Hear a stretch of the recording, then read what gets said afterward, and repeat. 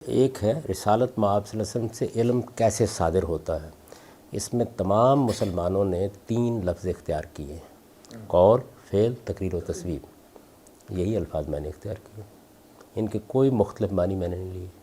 قول کا مطلب قول ہے، فعل کا مطلب فعل ہے، تقریر و تصویب کا وہی مطلب ہے جو ہمارے محققین لیتے ہیں کہ رسالت مآب صلی اللہ علیہ وسلم کے سامنے کوئی معاملہ ہوا اور آپ نے اسے برقرار رکھا۔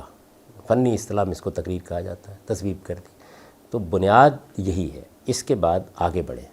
آگے بڑھنے کے بعد آپ یہ بتائیں گے نا لوگوں کو کہ مجھے رسول اللہ صلی اللہ علیہ وسلم سے پھر ان ذرائع سے کیا چیز ملی ہے۔ تو میں نے بتایا کہ قرآن ملا ہے، ساری مسلمان امت یہی بتاتی ہے قرآن ملا ہے، اس میں تو کوئی دو رائے نہیں ہے۔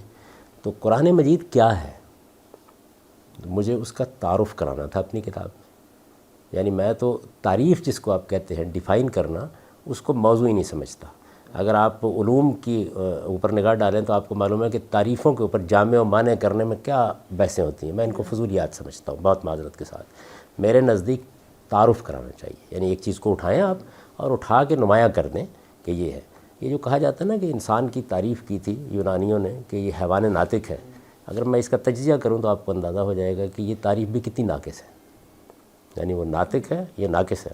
تو اس وجہ سے تعریف کے بجائے تعارف کرا دینا چاہیے۔ تو میں نے قرآن کا تعارف کرا دیا۔ اس کے بعد سنت کو آپ لیجئے۔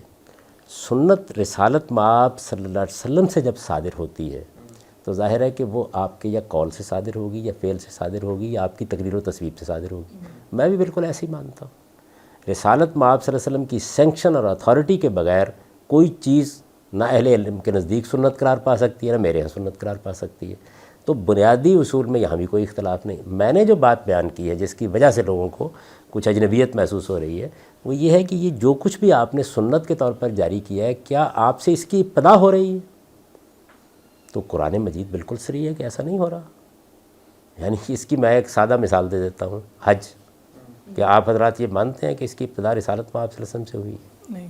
اس کے مناسک رسالت مآب صلی اللہ علیہ وسلم نے شروع کیے ہیں؟ ٹھیک ہے، نہیں کی ہے۔ یعنی یہ حضرت ابراہیم کے زمانے سے، بلکہ قرآن نے اس کی پوری تاریخ بیان کی ہے کہ انہوں نے اس موقع کے اوپر جب اس کی بنیادیں اٹھائیں تو دعا کی کہ ارنا مناسکنا، اللہ تعالیٰ نے ان کو مناسک سکھائے۔ یہ جو مناسک جن کے تحت ہم حج کرتے ہیں، عمرہ کرتے ہیں، یہ اس وقت سے اسی طرح آ رہے ہیں۔ امام بخاری بیان کرتے ہیں کہ رسالت مآب صلی اللہ علیہ وسلم نے بالکل اسی طریقے سے حج کیا بعثت سے پہلے، یعنی جب ابھی آپ کو نبوت کا شرف نہیں حاصل ہوا تھا، اس وقت بھی آپ نے حج کیا تو بالکل ٹھیک ان مناسک کے مطابق کیا۔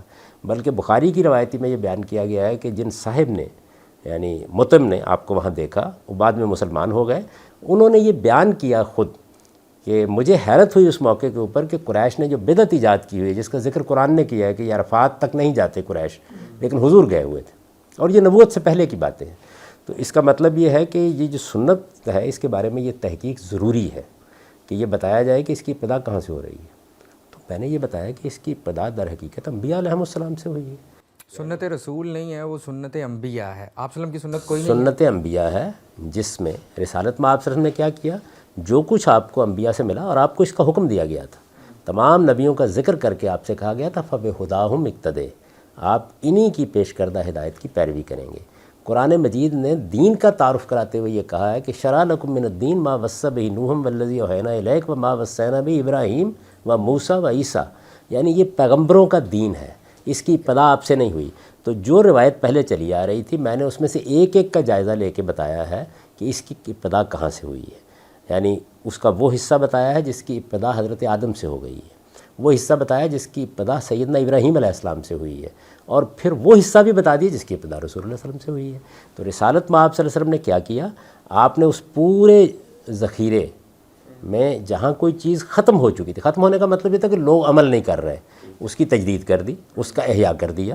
اگر کہیں کوئی اس میں بدعت داخل ہو گئی تھی، اس کی اصلاح کر دی، اگر کہیں کسی اضافے کی ضرورت تھی تو اضافہ کر دیا، اور پھر اس کی تصویب کر کے اس کو جاری کر دیا۔ یہ سنت کے بارے میں وہ حقیقت ہے جس کو اگر اس سے پہلے لوگوں نے توجہ دلا کے بیان نہیں کیا تھا تو اب ضروری تھا کہ بیان کیا جائے۔ کیوں ضروری تھا؟ اس لیے ضروری تھا کہ ایک بہت غلط استدلال قائم کر لیا گیا تھا۔ وہ استدلال آپ کے ہاں آپ کی فقہ میں بھی موجود ہے، آپ کے علم کلام میں بھی موجود ہے۔ وہ استدلال یہ ہے کہ قرآن نے یہ کہا کہ نماز کا اہتمام کرو، اس کے بعد رسول اللہ صلی اللہ علیہ وسلم نے بتایا کہ نماز کیا ہے۔ ظاہری سی بات ہے، زبان کے اسالیب کے لحاظ سے اس کی گنجائش ہی نہیں ہو سکتی۔ اگر نماز کے لیے تنہا ماخذ ہے تو وہ جو تنہا ماخذ ہے وہی بتائیں گے. وہ تنہا ماخذ ہی قرآن دے رہا ہے مجھ کو. تو جب قرآن مجید ایک لفظ کو استعمال کر رہا ہے تو لفظ جب تک یعنی اسم اس وقت تک استعمال نہیں ہو سکتا جب تک اس کا مسمى پہلے موجود نہ ہو. وہ مسمى ضروری ہے کہ بتایا جائے کیا ہے اور کہاں سے آیا ہے. قرآن مجید میں صرف حج کے مقامات کو نکال کے آپ پڑھ لیں تو آپ کو یہ اندازہ ہو جائے گا کہ وہاں پہلے سے حج موجود ہے. قرآن اس میں جہاں بدعت داخل ہو گئی ہے اس کی اصلاح کر رہا ہے، جس چیز پر سٹریس کرنا ہے اس پہ سٹریس کر رہا ہے. یہ ضروری اس لیے بتانا ہے تاکہ قرآن مجید کے اوپر یہ تہمت ختم ہو کہ وہ ایک اسم بول دیتا ہے اور اس کا مسمى وجود میں ہی نہیں ہوتا. نہیں، قرآن مجید نے ایسا نہیں کیا. وہ بلسان عربی مبین ہے، اس کے اندر اس طرح کا کوئی اجمال نہیں ہے کہ جس میں مصداق ہی متعین نہ ہو رہا ہو. نماز موجود تھی، روزہ موجود تھا. قرآن مجید شروع کرتا ہے روزے کی آیت کو کتب علیکم الصیام کما کتب علی الذین من قبلکم. یعنی صوم کا لفظ کیا قرآن مجید نے باعتبار لغت استعمال کیا ہے، اس نے ایک شرعی اصطلاح کے طور پر استعمال کیا ہے. تو اس کا مطلب یہ ہے کہ یہ لفظ بھی موجود تھا، اس کا شرعی مصداق بھی موجود تھا. رسالت میں آپ صلی اللہ علیہ وسلم نے اس کی تطہیر کی ہے، اس کی اصلاح کی ہے، اس کی تصویب کی ہے، اور یہ آپ کی تصویب ہے جس کے ذریعے سے پھر اب یہ دین کی حیثیت سے جاری ہوا ہے. یہ پیغمبر کا کام ہے جو کیا ہے، یہ بتانا ضروری تھا. ٹھیک ہے.